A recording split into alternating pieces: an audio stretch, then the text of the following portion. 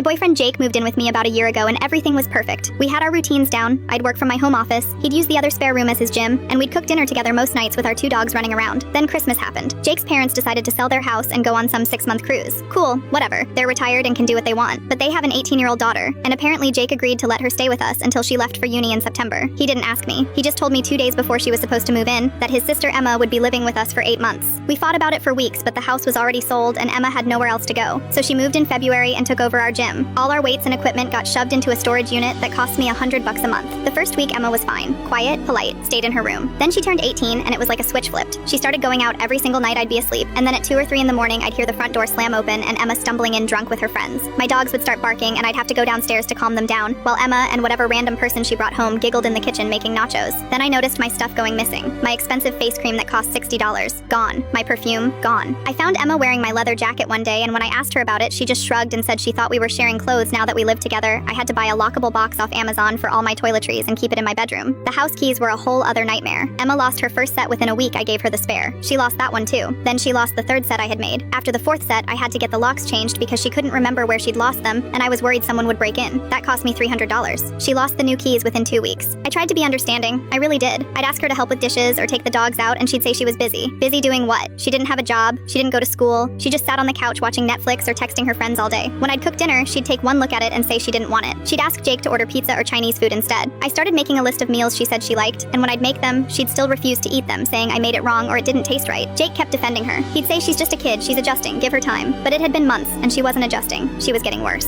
Last weekend, Jake and I planned a trip to this cabin upstate with the dogs. I didn't want to leave Emma alone in the house, but Jake insisted it would be good for her. Give her some independence before uni. I agreed, but I had a bad feeling about it. We came back Sunday evening, and I could hear music blasting from inside the house before we even got to the front door. I opened it and immediately stepped on broken glass. There were beer cans everywhere. The living room reeked of alcohol and smoke. Someone had spilled red wine all over my white couch. There were strangers passed out in my home office. The kitchen was destroyed with food and dishes piled everywhere, and something sticky all over the counters. I found Emma in her room asleep with her makeup still on. I woke her up and she just groaned and told me to go away. I spent 4 hours that night cleaning while Jake helped. We filled 6 trash bags. I had to call a professional cleaning service the next day to deal with the couch and carpets. That cost me $500. When Emma finally woke up Monday afternoon, she didn't apologize. She said everyone has parties and I was being dramatic. Then she mentioned she was thinking about deferring uni for a year to go traveling with her friends, and she'd just live with us as her home base. That was it. I told her she had 1 week to find somewhere else to live. She laughed and said I couldn't kick her out. I said, watch me. It's my house. My name on the deed. She can go stay with friends or figure something else out, but she's not staying here. Jake freaked out. He said his parents won't be back until end of August and Emma has nowhere to go. I said that's not my problem. He agreed to let her live here without asking me, and I've dealt with 8 months of hell. I'm done. Emma called their parents on the cruise and they started blowing up my phone saying I'm cruel and heartless for kicking out their daughter. Jake's been sleeping on the couch because he says I'm being unreasonable.